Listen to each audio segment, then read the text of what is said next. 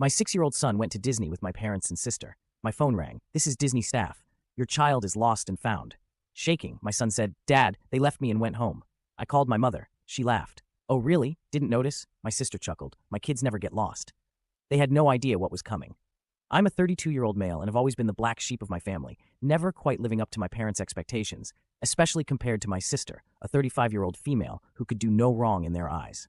I'm a carpenter by trade, making decent money renovating high-end homes, while my sister became a successful lawyer, married rich, and gave my parents the perfect grandchildren. My son, Jake 6, is the light of my life. His mother and I split when he was 2, and we share custody. She's remarried and pregnant with twins, so when my parents suggested taking Jake to Disney World, along with my sister and her kids, ages 8 and 10, I thought it would be a great opportunity for him. Jake was beyond excited about the trip. I spent weeks preparing him, buying Disney merchandise, watching movies, and talking about all the rides he'd enjoy. My parents and sister live in Florida, so they picked him up at the airport and spent 4 days at the park. I worked extra jobs to cover his expenses, including park tickets, meals, and spending money for souvenirs. On the 3rd day of their trip, I was at work when my phone rang with an unfamiliar number. Hello, this is Disney Lost and Found Services. We have a child here who says his name is Jake. My heart stopped. That's my son. Is he okay? He's physically fine, but quite upset. We found him alone near Splash Mountain about an hour ago. He's been asking for you. Can I speak to him? Dad, Jake's small voice came through. They left me and went home. What do you mean, buddy? Grandma and Grandpa and aunt and cousins. We were in line, and I had to go potty, so I told Grandma. She said to hurry back to the same spot, but when I came back, they weren't there. I waited and looked everywhere. Then a lady with a Disney badge found me. I was already grabbing my keys. I'm coming right now. Jake, you stay with the nice Disney people. After getting details about where to pick him up, I immediately called my mother. She answered on the 4th ring. Hello? Mom, where's Jake? What do you mean? Disney Lost and Found just called me. They found Jake alone near Splash Mountain. He said you all left him and went home. To my disbelief, she laughed. Oh, really? I didn't notice he wandered off to the bathroom and never came back. We looked for maybe 10 minutes, but the kids were getting tired and wanted to go back to the hotel. I figured he'd turn up. You lost my 6-year-old son and just left the park. Don't be so dramatic, she said dismissively. Disney has those people for a reason. Besides, he should have been more responsible and stayed with the group. He's 6 years old, Mom. I put my sister on the phone. My sister came on. Hey, what's up? Did you know they left Jake alone at Disney World? She chuckled. Yeah, the little rugrat wandered off. My kids never get lost like that. They know to stay close. You're a mother. How could you leave a child alone in a crowded theme park and go back to your hotel? Listen, she said coldly, he's not my responsibility. Mom and Dad were watching him. Besides, we had dinner reservations we couldn't miss. I hung up and called my ex-wife to explain the situation. Unlike my family, she was horrified and immediately offered to help. I booked the next flight to Orlando, paying an astronomical amount. During the flight, I received a text from my mother. Jake is fine. Don't make this into a big deal. We're coming back to the park tomorrow anyway. Just have security keep him until then. When I finally reached Disney's Lost and Found Center, Jake ran into my arms, sobbing. The staff explained he'd been alone for nearly 2 hours before someone noticed him crying. They'd called my parents multiple times but got no answer. One of the staff members, a supervisor named Maria, looked at me sympathetically. Sir, I should inform you that we've documented this incident thoroughly. Abandoning a child in the park is something we take very seriously. I nodded. Can I get a copy of that documentation? After getting Jake settled in a hotel room, I texted my mother that we were fine and would be flying home tomorrow. I didn't mention that I'd already called my attorney friend for advice. The next morning, my parents and sister showed up at our hotel room, looking annoyed rather than concerned. You're making such a big deal out of nothing, my mother said. Kids wander off all the time. You abandoned my son in a crowded theme park and went back to your hotel. He could have been kidnapped. My father spoke up. Boy, you've always been too soft on that kid. This will teach him a valuable lesson about staying with a group. He's 6 years old, and he did stay with a group. He told you he needed the bathroom, and you told him to come back to where you were standing. Then you moved. My mother waved her hand dismissively. Well, we had to keep the line moving. He should have been quicker. My sister chimed in. My kids would never get lost like that. They're properly trained to stay close. That's when Jake came out of the bathroom and froze at the sight of them. Instead of running to hug his grandparents, he backed away and stood behind me. We're leaving, I said firmly. Our flight is in 3 hours. But what about our Disney day? My mother demanded. You should have thought about that before abandoning my son. On the flight home, I made 2 important decisions. First, my parents and sister would never be alone with Jake again. Second, I would ensure there were consequences for their actions. When we got home, I filed a formal report with the Florida Department of Children and Families using the documentation provided by Disney.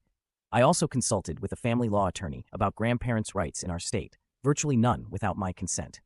3 days later, my mother called. How dare you report us to child services? They came to our house and interviewed us like we're criminals. You abandoned a 6-year-old child in your care. What did you expect? We expect you to handle family matters within the family. Do you have any idea what this could do to your sister's reputation? She's a lawyer. My father got on the phone. Son, you need to drop this right now. Your mother is beside herself, and your sister is worried this could affect her standing with the Bar Association. I'm not dropping anything. Jake could have been kidnapped because of your negligence. My sister called next, not to apologize but to threaten. I could sue you for defamation. This report could seriously damage my career. It's not defamation if it's true. You abandoned a child in your care. There are security cameras and witnesses. You've always been jealous of me, she hissed. This is just your pathetic attempt to tear me down. Over the next few weeks, my family alternated between threats and guilt-tripping. My mother showed up at my house unannounced, trying to see Jake, but I refused to let her in. My sister sent a cease and desist letter through her law firm, which my attorney friend assured me was meaningless posturing. What they didn't know was that I had been quietly building a case. Beyond the Disney documentation, I had recordings of our phone conversations, legal in my state with one-party consent, and screenshots of their dismissive text messages. I'd also gotten statements from 2 Disney employees who witnessed them leaving without Jake.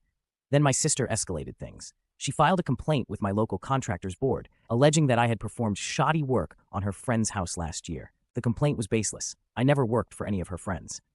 But it still required me to take time off to address it, costing me income and clients. I decided it was time to stop playing defense. First, I reached out to my ex-wife, explaining everything and providing all documentation. She immediately drafted a letter through her attorney supporting my decision to restrict Jake's contact with my parents and sister. Next, I contacted my brother-in-law, my sister's husband, who had been silently estranged throughout this ordeal. It turned out he'd been told a completely different story, that Jake had run off despite multiple warnings, that they'd searched for an hour, and that they'd only left after security assured them they would find him. When I showed him the Disney documentation and played the recordings, he was stunned. She lied to me, he said quietly. We had a huge fight when I suggested we cancel our dinner reservations to keep looking for Jake. She said I was overreacting. Then the investigation findings came through. My parents and sister were officially cited for child endangerment and neglect. The report specifically noted their callous disregard for Jake's safety and disturbing lack of remorse during interviews. For my sister, the consequences were more severe. As an officer of the court, the Ethics Committee of the Bar Association took the incident seriously. She was placed under review, formally reprimanded, and put on probation. Her law firm moved her from client-facing roles to background work. My brother-in-law, seeing the full picture now, was furious with my sister. He insisted they attend marriage counseling, and during those sessions, the therapist pointed out a pattern of entitled behavior. This created significant strain in their marriage. Meanwhile, my parents faced social consequences. They were active in their church and community, where they'd always presented themselves as devoted grandparents. When people learned what happened, they were asked to step down from their church committee positions. 3 months after the incident, my sister made an unexpected move. She filed a petition with a court seeking to establish grandparents' rights for our parents, claiming I was alienating Jake from his loving grandparents out of spite. She listed herself as their legal representative. My attorney countered with full documentation from Disney, the DCF findings, testimonials from the Disney employees, and security footage showing my parents and sister laughing as they exited the park, clearly unbothered by Jake's absence. The judge dismissed their petition almost immediately, stating that the grandparents demonstrated such a profound lack of care and responsibility that restricting their access to the child was not only reasonable, but necessary for his emotional well-being. My sister was furious.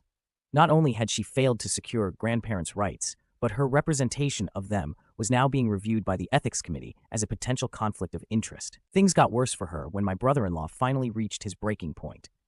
During an argument about the case, she admitted that she had deliberately left Jake behind because she found him annoying and wanted to enjoy the park with just her children.